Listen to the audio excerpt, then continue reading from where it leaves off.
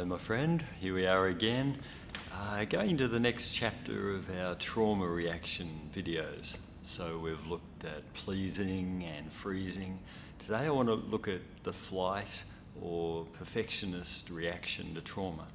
So we're talking about these automatic ways that our system will respond when the threat is massive. Obviously we're under a lot of stress.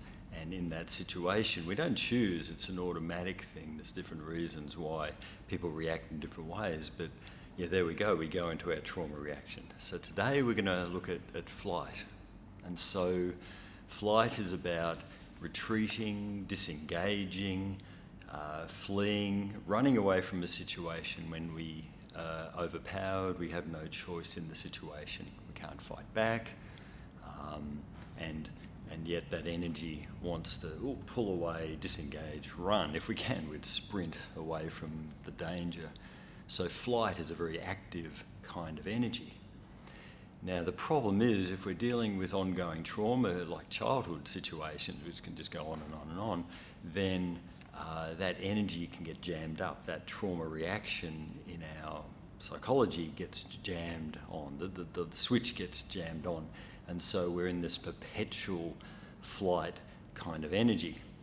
So what that can turn into, the sort of symptoms that can show up as, are things like a perpetual doing, a running around, being distracted. These are very resourceful people, and tend to be very industrious, but it can turn into this chronic kind of overdoing, this running, this kind of frantic energy.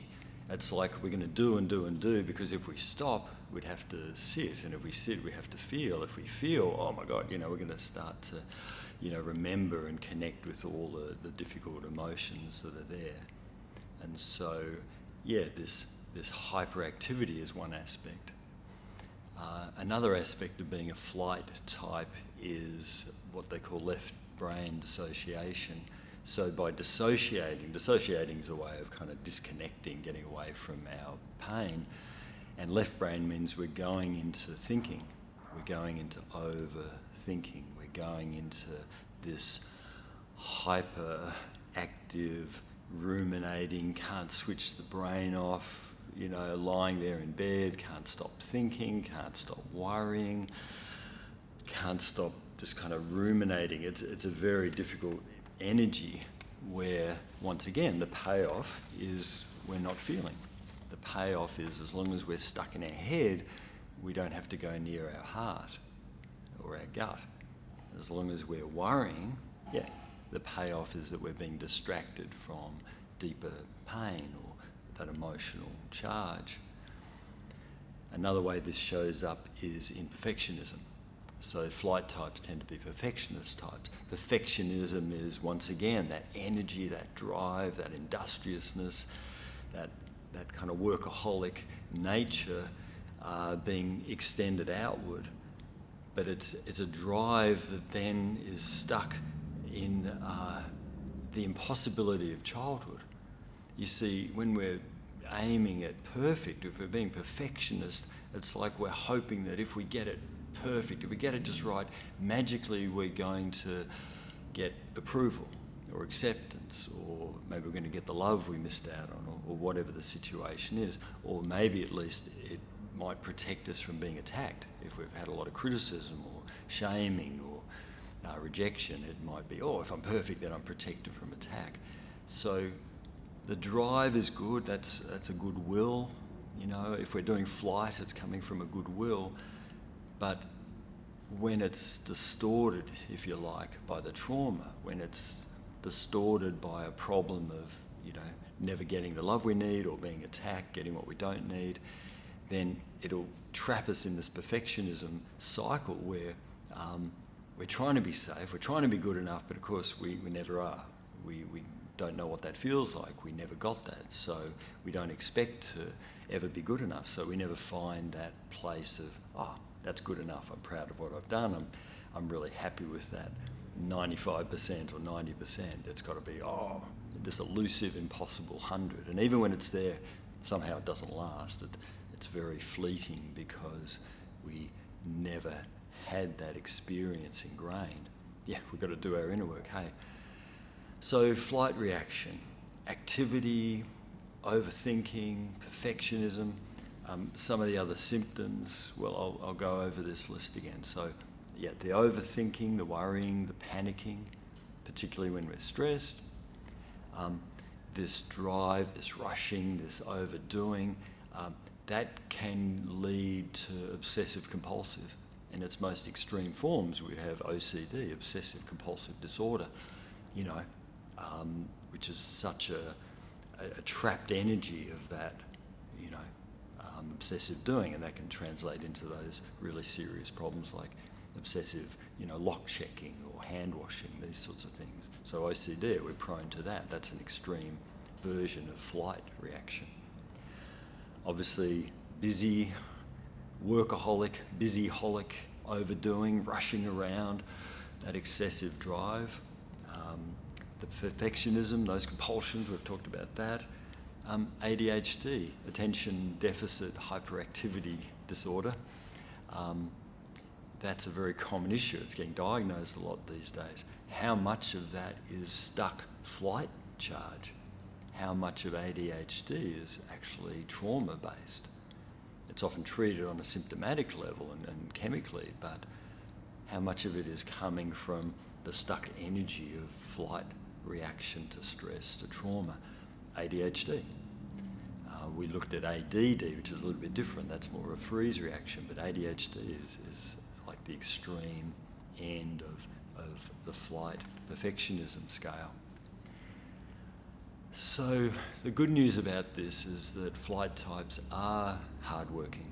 They're industrious. We've got good access to will in that. We're using that. We can be very persistent when we want to get something done. There's always strengths, there's always qualities, but until we heal the trauma, until we get to the root cause of things, we can find ourselves living in these awful symptoms. And perfectionism and OCD, ADHD, these are very difficult things to live with. So, as always, the invitation to deeper work. But for now, we've been doing a lot of hypnotherapy where we drop in, we go quiet, we do inner child work or whatever. Today we're going to do something a little bit different, because when our energy is in flight mode, it might be overdoing and it might be overthinking. We're in that drive. In a sense, we're very disconnected from the body. Even though that energy is coming through the body, we're really disconnected from the body, from nature, from our grounding. So let's have a look at this in a very practical sense. I'm just going to adjust things here so you can get a fuller picture. So the first tool in the kit we always go to is the breathing. Breathing is really the best tool in the kit for reconnecting mind and body, for getting more grounded, for getting more just in the present moment. So we're trying to get out of that flight reaction and just come back to self, come back to now, come back to a grounded presence. So just for a minute here, just close down the eyes, and standing if you wish, sitting if you are, that's fine. Just take a moment to notice your breath. Just take a few long, deep, easy breaths. Just paying a lot of attention to what that feels like in the body, feeling the inhalation, the exhalation. Just feeling the movement of the belly, the chest. Just noticing the sensations around the nostrils, the throat as the air comes in and out. And just feel what it's like to pause and pay this close attention to some long, deep breathing.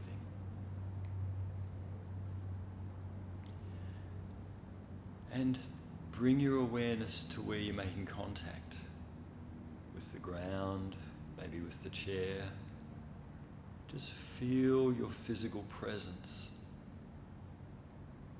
contact of the physical you with whatever's supporting the body right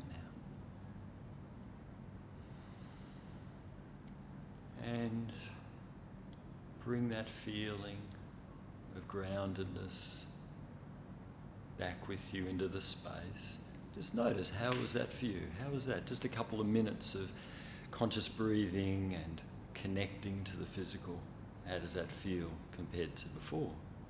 Hopefully a bit more present, a bit more now, a bit more grounded. A second hack that ties in with this is nature. And nature means just looking out the window at the sky, or getting outside and going for a walk, or standing on the ground, ideally barefoot on the grass or the sand or the dirt, just feeling that grounded presence. Apparently it's a split second of barefoot contact with the earth changes the electrons in the body. Somehow it changes at a cellular level something more about negative ions. I can't remember, some science I came across, but it happens in a flash. As soon as we get connected to nature, there's a physiological shift straight away. So that's a second tool in the kit, is reconnect to nature. A third tip I want to give you here, this is one of my favourite things. This comes out of Qigong, and it's tapping. You can do it with your knuckles or fingertips. I like to use the flat of my palm. You can linger at the armpits. There's lots of lymphatic nodes there. You can linger at the armpits. Once again, lots of nodes there, lymphatic glands and things that benefit from this. So this Qigong technique of padding, of tapping, it's just bringing the awareness back into the body. And you can bring that down the sides. Sorry, you can't see all of me right now.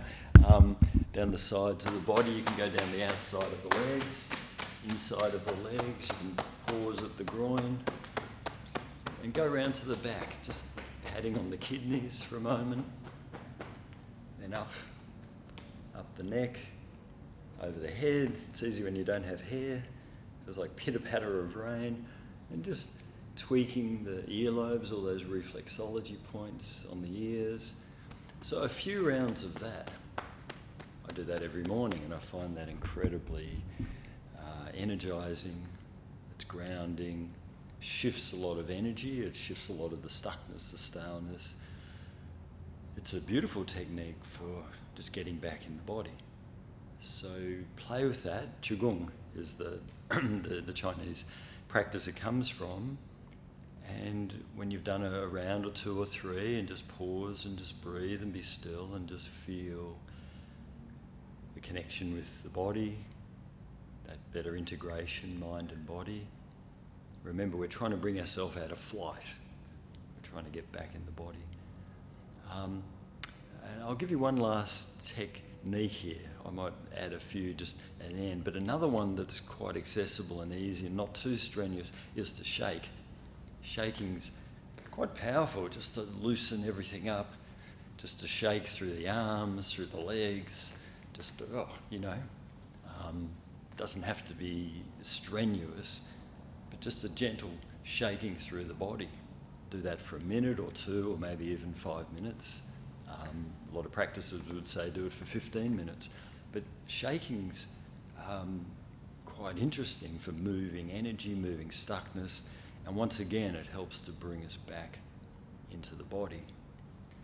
So we've talked about breathing, we've talked about nature, we've looked at that Qigong, padding technique, shaking, a few other more strenuous ones if you're feeling energetic. One is hopping, and to really exaggerate with the shoulders. Really breathing into that. That's a more strenuous one to get into the body. This one as well, throwing the arms down, letting go of energy, sort of moving forward. Hope you can see that enough to see what I'm doing. And a third one is this. Third one is to open up the chest and then padding on the back, and you can swap over the arms each way. And the beauty of this one is it's really opening up the heart space, really opening up the chest. We tend to get very contracted in here. Everything gets processed through the heart, all our feelings, all our thoughts, everything gets processed. Our pain all gets processed through the heart.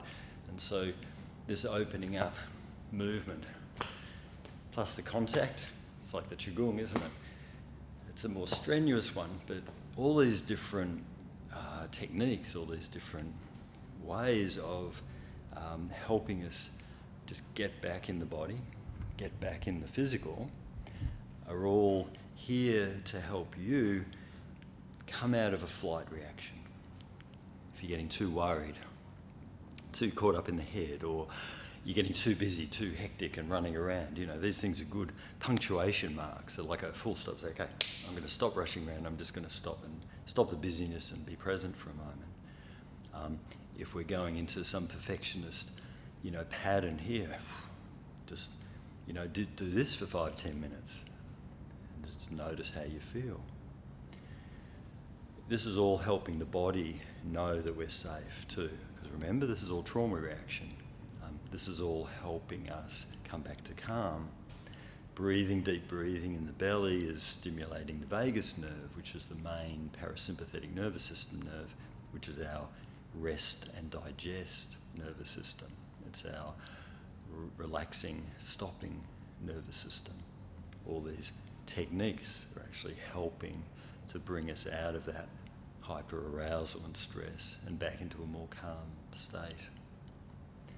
So some more practical, physical techniques today to use as tools to help with the flight reaction. And I hope all that information, all that psychology, seeing those sorts of things like ADHD and OCD and perfectionism in terms of flight trauma reaction makes a lot more sense to me.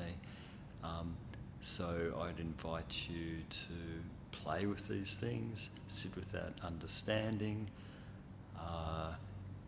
You can have a look at the triggering toolkit for a few more tips there to understand, because when we're triggered, we're going to go into our trauma reactions.